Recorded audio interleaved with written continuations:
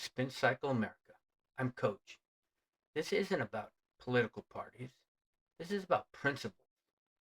It's about history, responsibility, freedom, and having honest conversations about the country we all call home. Let's get started. Today's topic, one of the greatest lessons I've learned, both in the military and as a coach, is this. You should always leave things better than you found them. If you join a team, leave it stronger. If you serve your community, leave it better. If you're blessed to live in the greatest country on earth, leave it stronger for the next generation. And that's what I believe being an American is all about. Too often today, we hear people talk about what America owes them. But I think we should also be asking ourselves, what do we owe America? We owe our future generations our best effort. We owe our children an understanding of our history, where we came from, who we are, our cultures. We have many different cultures here in the United States, not just one, not just the black community, not just the white community, not just the Hispanics or the Asians, all the communities, all the cultures. We can learn from each other. We can build from each other. Not just one community. Nobody owes anybody. We owe our government. We owe our country. We owe our communities our involvement. We owe our veterans our gratitude. We owe one another respect, even when we disagree. But somewhere along the line, we forgot all of this. We figured we were owed everything. We figured our government owed us stuff. Our government owed us money. They owe us everything. We are not. You have to earn it. Nothing in life is free. If you don't believe that, ask a veteran. Veteran who's paid the ultimate price, lost a friend. Loving your country doesn't mean believing it's perfect. No nation's perfect. It means caring enough to help improve it. Right now, you turn on the news and you see violence. People think they're entitled to everything. Reparations, money, pay for my groceries, pay for this. You have to earn it. You have to earn your way in life. Nothing is free. That they don't have to work for anything. This is not true. Every generation has faced challenges. The generation that fought for our independence. The generation that preserved the Union. The generation that defeated tyranny in World War II. The generation that stood for civil rights. Now it's our turn. What are you going to do to preserve our country and protect it? The question isn't whether America will face challenges, because they will. There's many more challenges to face, many more hills to climb, many more mountains to scale. The question is whether we'll rise to meet them, to meet that challenge. The future of America won't be decided only in Washington. It will be decided in our homes, in our schools, in our churches, in our neighborhoods,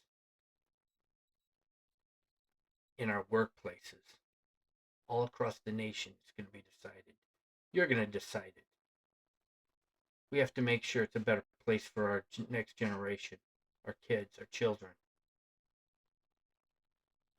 And in everyday choices ordinary Americans make, that's where the strength of our nation has always come from. Become part of the solution, not the problem.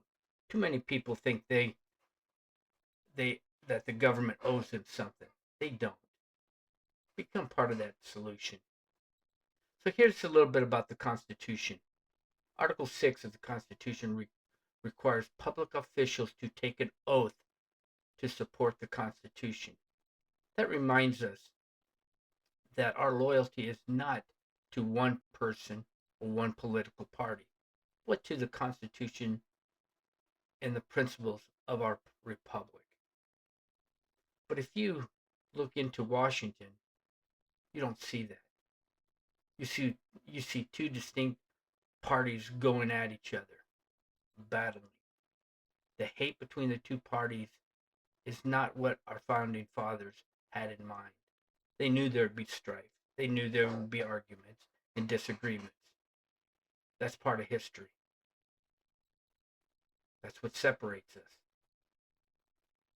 Arguments are all right, but hate is not. We need to come back to the table and have that discussion.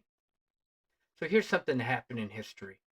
So on June 6, 1944, D-Day, thousands of American service members alongside Allied forces landed on the beaches of Normandy. Many never came home.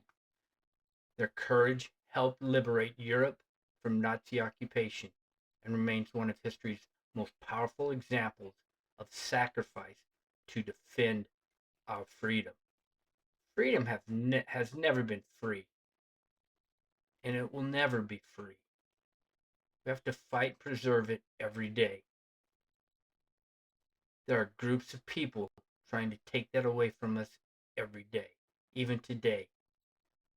They're trying to make our decisions for us, telling us we are not smart enough to make those decisions. Don't listen to them. We need to stand up and make those decisions. We need to stand up and make this country a better country than we left it. So here's a verse for you today out of the Bible.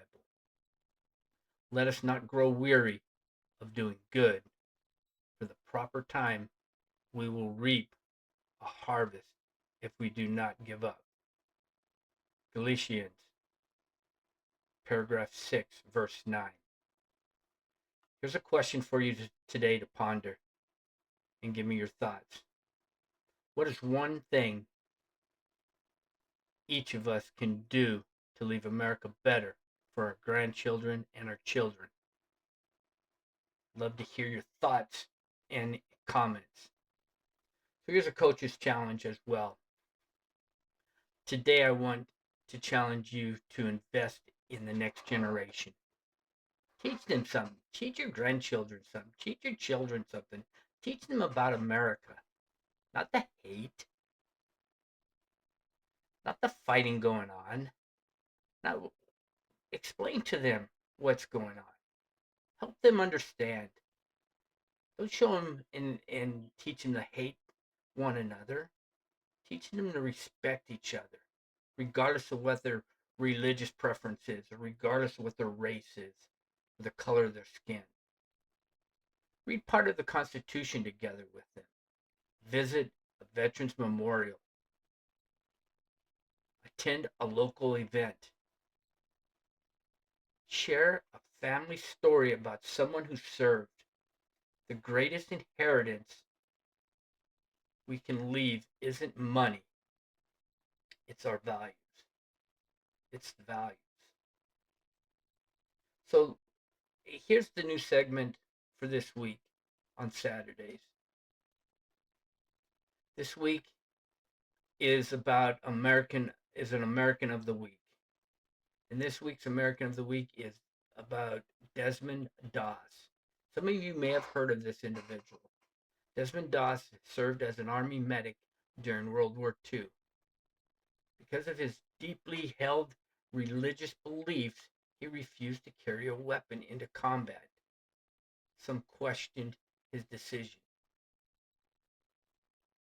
But when the fighting became fierce during the Battle of Okinawa, Doss repeatedly ran into enemy fire to rescue wounded soldiers again and again and again, over and over and over. By the end of the battle, he had saved approximately 75 soldiers. For his extraordinary courage, he became the first conscientious objector to receive the Medal of Honor. His story reminds us that courage isn't measured only by carrying a weapon, but sometimes means standing by your convictions while risking everything to serve others. So take that to heart. Stand by your convictions, but don't harm anybody else in your way. Believe in what you believe in. So here's my final thought for today. Every generation writes a chapter in American history. The question is, what will your chapter be? Will it say we complained? Right now, there's a lot of people in this generation or the younger generation coming up that's complaining. Or that we contributed. Will it say we were divided? Or that we united around the principle that has sustained us or sustained this nation for over 250 years? What's going to be your legacy? History is watching. Our grandchildren are watching. Our children are watching. Let's give them an American they'll be proud to inherit. I'm Coach.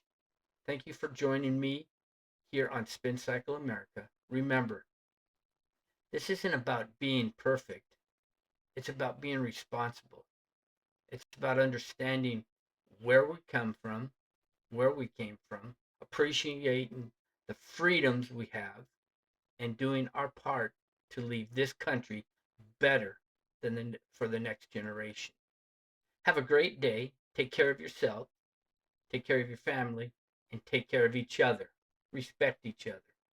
God bless you, your family, and God continue to bless the United States of America. And you all have an outstanding day. I'll catch you on the next time.